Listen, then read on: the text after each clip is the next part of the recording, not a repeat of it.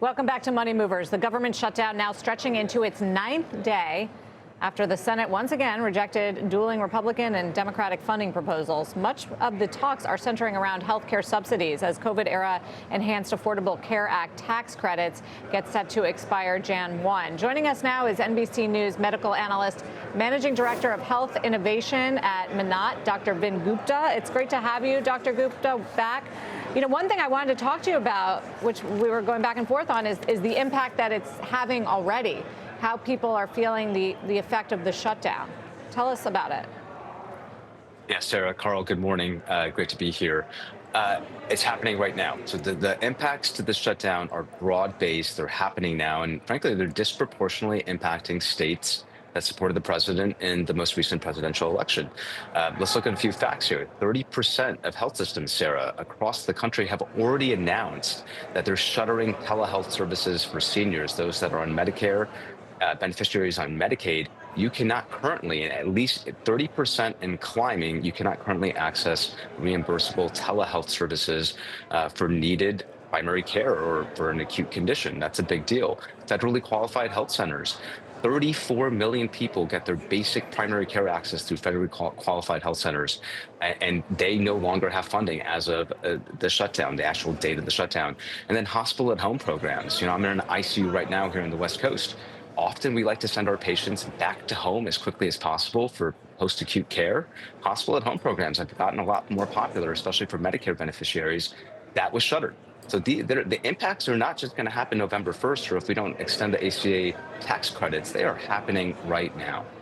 There's also the nutrition element of this too, Doctor.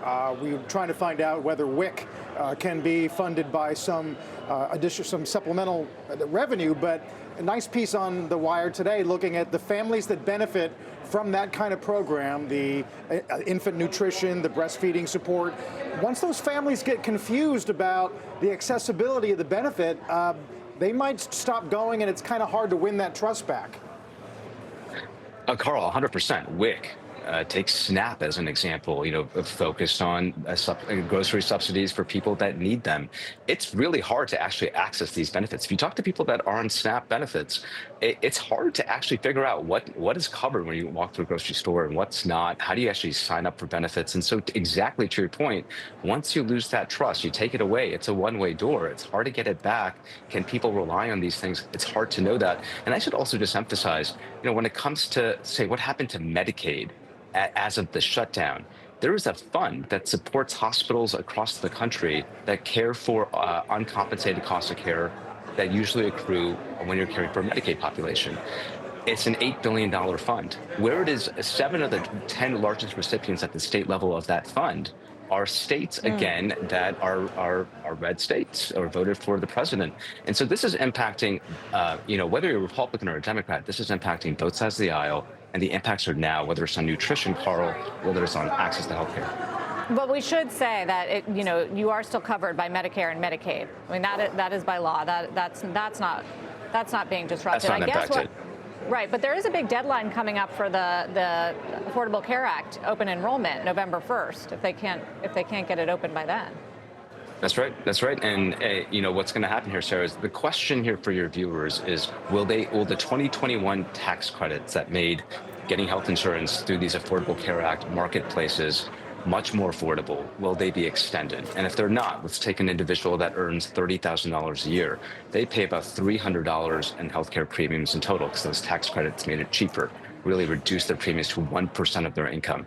If those go away, that same individual is paying $1,600, 6% of their take home.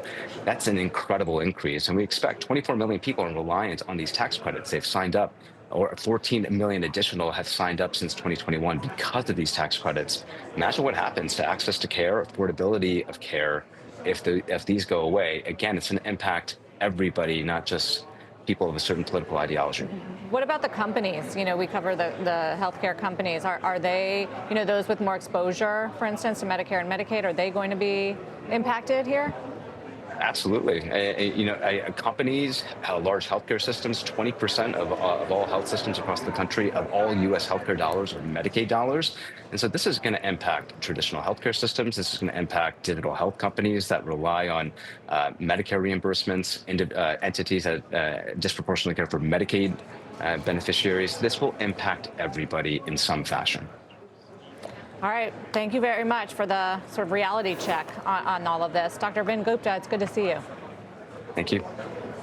When we come back this morning, how the UAE's energy edge gives it a head start in AI. That story's coming up on the other side of this break.